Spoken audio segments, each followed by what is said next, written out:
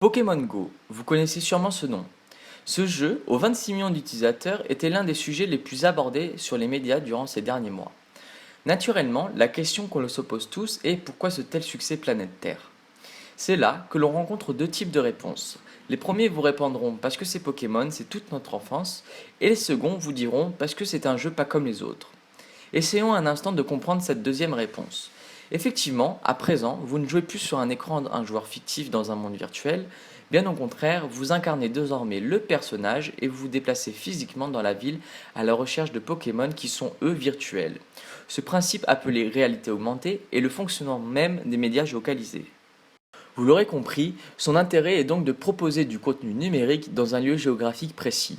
Finalement, on pourrait donc l'assimiler comme un intermédiaire entre le monde physique et le monde numérique. Oui, et alors, me diriez-vous? Mais si nous prenons un peu de recul sur ces dernières années et que nous regardons les tendances technologiques, on peut clairement constater qu'il y a une migration de l'usage informatique, une course à la miniaturisation.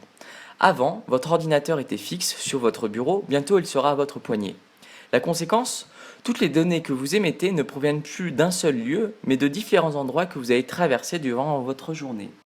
C'est cette particularité qui a attiré mon attention pour les médias géocalisés, car les possibilités d'exploitation de cette technologie sont équivalentes aux événements que nous propose la vie quotidienne.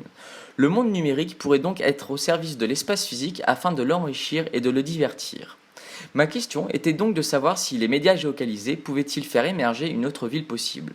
Étant donné que la ville se définit à la fois par sa structure, par ses flux, mais aussi par ses citoyens eux-mêmes, mon développement s'est donc organisé de la sorte. Tout d'abord, l'utilité des médias géocalisés comme outil d'observation et de gestion urbaine. Au vu des multiples enjeux que connaissent la ville, comme la surpopulation, la gestion des transports, l'écologie, etc., je démontre que la technologie de géocalisation peut faciliter et affiner les études des villes, tout ça en temps réel, afin que les urbanistes, architectes et autres acteurs de la ville découvrent des dynamiques urbaines et y apportent des solutions efficaces. Évidemment, cette utilisation pose de véritables questions éthiques et réveille chez nous la peur d'une surveillance généralisée ou souvent appelée la peur du Big Brother. Hormis son utilisation d'un point de vue scientifique, je dévoile aussi son fort atout divertissant et communautaire pour les citoyens. En effet, de nombreuses applications ou expérimentations prônent une nouvelle expérience urbaine telle que le décrit Guy Debord dans la psychogéographie. Une ville dont les espaces publics ne sont plus de simples lieux de passage privatisés, mais des espaces de jeu, d'interaction sociale, d'échange et de réflexion.